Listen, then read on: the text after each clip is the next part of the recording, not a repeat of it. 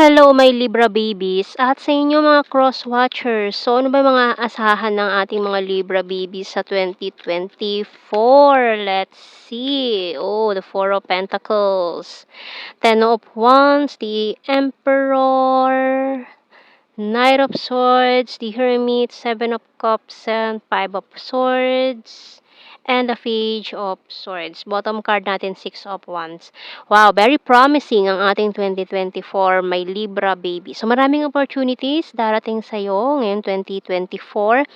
And may strong Aries tayo dito and Virgo energy. So ito mga nagbigay ng pabigat sa buhay mo ay maaaring this time is gumaan na. Kung ano man 'tong mga hinahangad mo sa iyong career, sa iyong business, or kung ano man 'tong pinagkakaabalahan mo na pinagkakakitaan mo, ay maganda ang magiging resulta ngayong 2024. Maraming rewards, maraming opportunities, marami pang darating sa'yo na bago na magpapaka-busy ka talaga ngayon 2024, no? And may mga promotions din sa mga yung kung ang work mo is about sa mga may rank ganyan. So may promotion for you this year. And at someone na may tinatago or may lihim na pagtingin sa'yo, nagho-hold back pa rin ng kanyang feelings. So, maaaring by 2024, magsalita itong taong to kasi nag-i-stalk lang siya.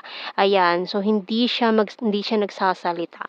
So, tingnan natin, signs and symbol card. So, mukhang magsasalita na 'to ngayon 2024, my Libra baby. So, it's a good news for you.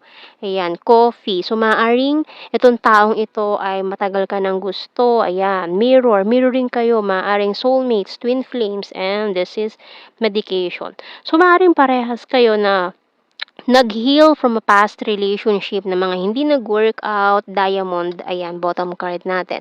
So, kitang-kita ng taong ito yung iyong worth. Talagang para kang sa kanya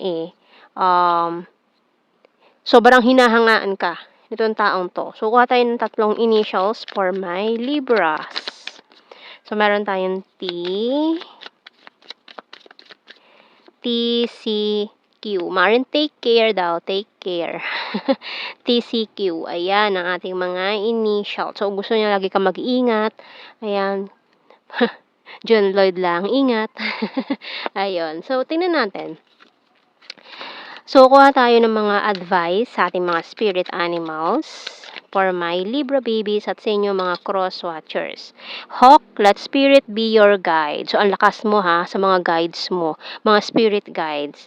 Cow, wow, the miracles are endless. So, may mga mararanasan kang miracles na hindi mo inaasahan. Marireceive mo ngayon 2024.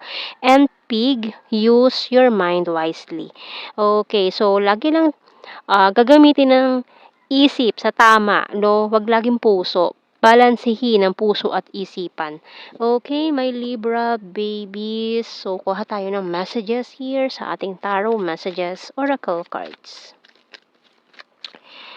And okay, let's see here. I have fear and anxiety. So, itong taong to na gustong kausapin ka, hindi makalapit sa'yo dahil natatakot, nanginginig, dinadaga ang dibdib.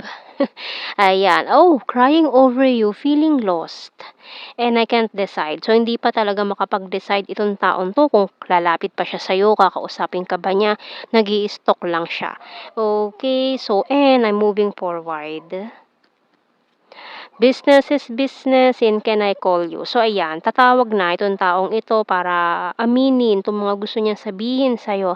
Take you out in a date. So, talagang lalakasan niya na yung loob niya para sabihin at aminin ito sa'yo. My Libra baby. So, ayan ang ating reading for you. Bottom card, can we start again?